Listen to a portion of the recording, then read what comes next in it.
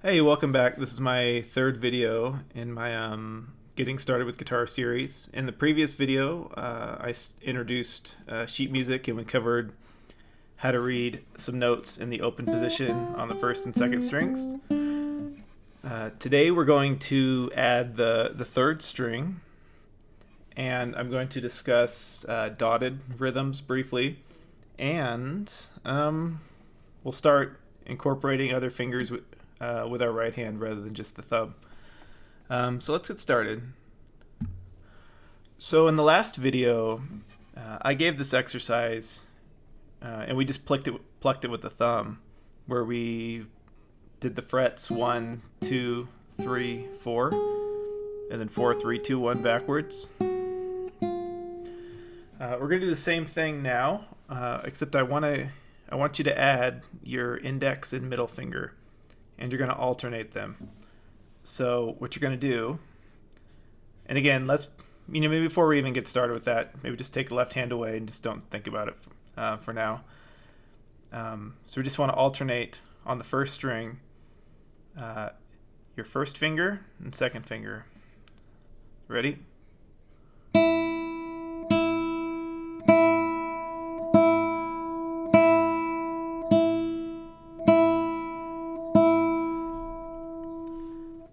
Okay, so that's how it's going to look.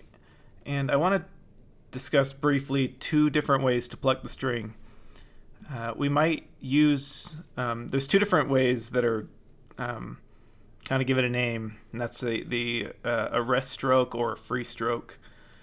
So when you do a rest stroke, it's what I just did a minute ago. I pluck the string, and my finger rests on the next string. So in this case, I'm plucking the first string, and it's resting on the second. Okay? So when I alternate my first two fingers, I'm resting each of them on the second string as I go. And this has a very, I guess it has a stronger sound in the sense that you can pick notes louder. Right? And I'll cover this more as we start getting into actual pieces, but you usually incorporate rest strokes, or at least I like to when I'm doing some kind of run like that. Or if I'm trying to bring out a melody, for example,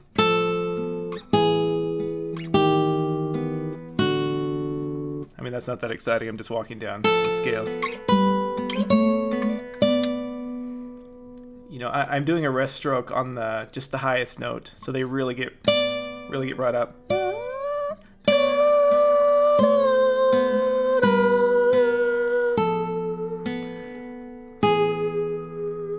Okay.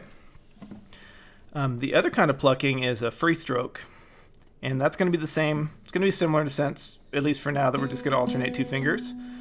But when we pluck the string, rather than letting it rest on the adjacent string, we kind of pull backwards a little bit, so that once the string is plucked, our finger is just kind of floating in the air.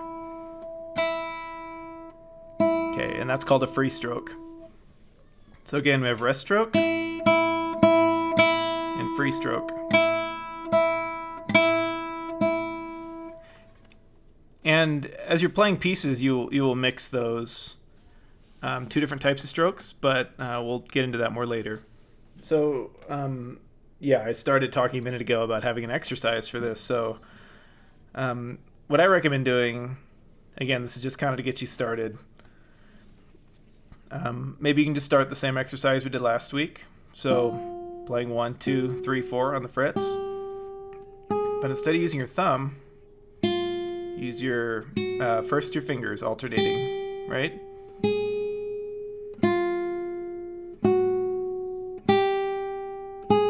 Then do it on the next string.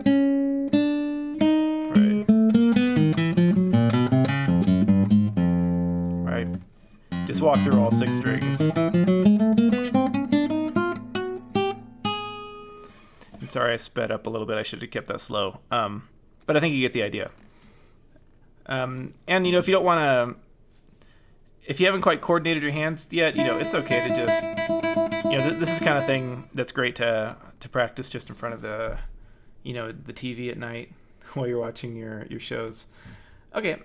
So yeah, let's jump back into the sheet music now that I've started to discuss that. Okay, and today I'm going to cover, just going to add 2 more notes to the sheet music that we started reading last week. So let me jump back to the guitar view for a second. The 2 notes that we're adding is going to be the open 3rd string, which is a G, and the 2nd fret on the 3rd string, which is an A. Alright, so G, A. Alright, jump back to the sheet music. And hopefully these rhythms are still familiar from last week. The G, the open 3rd string, is going to be on the 2nd line from the bottom on the staff. And the A is going to be in the 2nd space from the bottom on the staff. So we had a similar exercises to this last week. So let's just start by playing this first line. And I'm going to go ahead and start a metronome.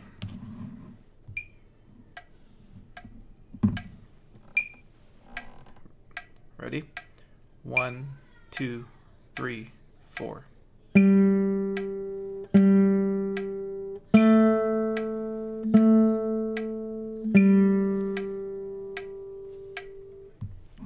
Great. Okay. So that was the first example, and that's just to show you where those 2 notes are on the staff. The second example, 3-2, I want to introduce one more kind of note. So last week we talked about whole notes, half notes, and quarter notes. This week I'm going to add dotted notes, but I'm only going to discuss dotted half notes. I'll get into dotted quarter notes and those kinds of things later on. But the way a dot works, if you look at this first note here, which is a G, it's a half note with a dot on it.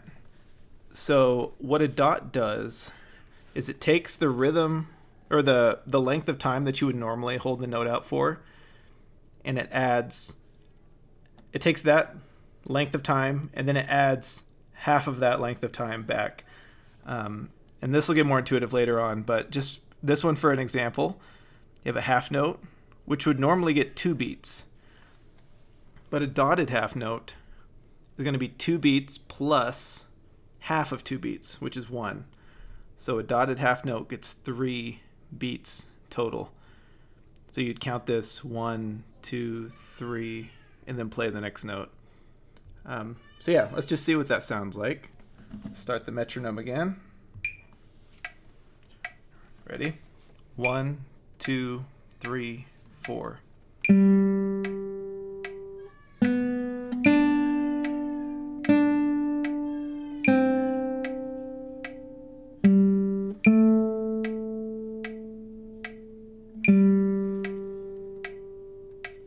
Okay, great.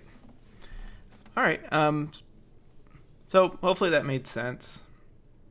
And again, this stuff will get more concrete as we add more pieces later.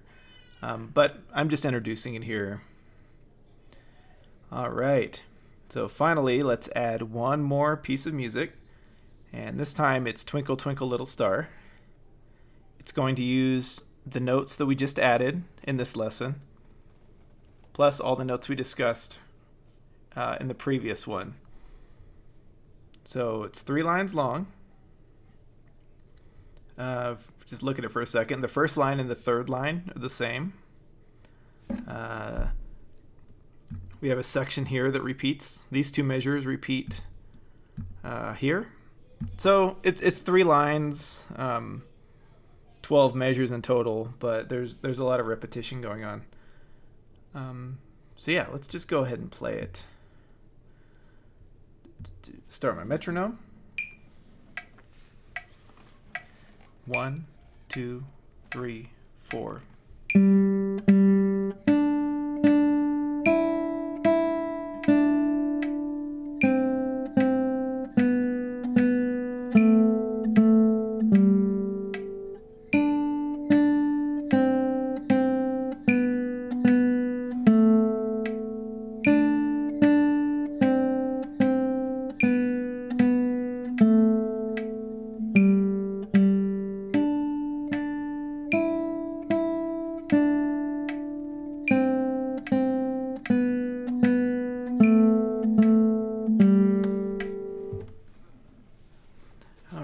So, yeah, I think that is good to practice, at least for the next few days or week or however long it takes you to get this piece down.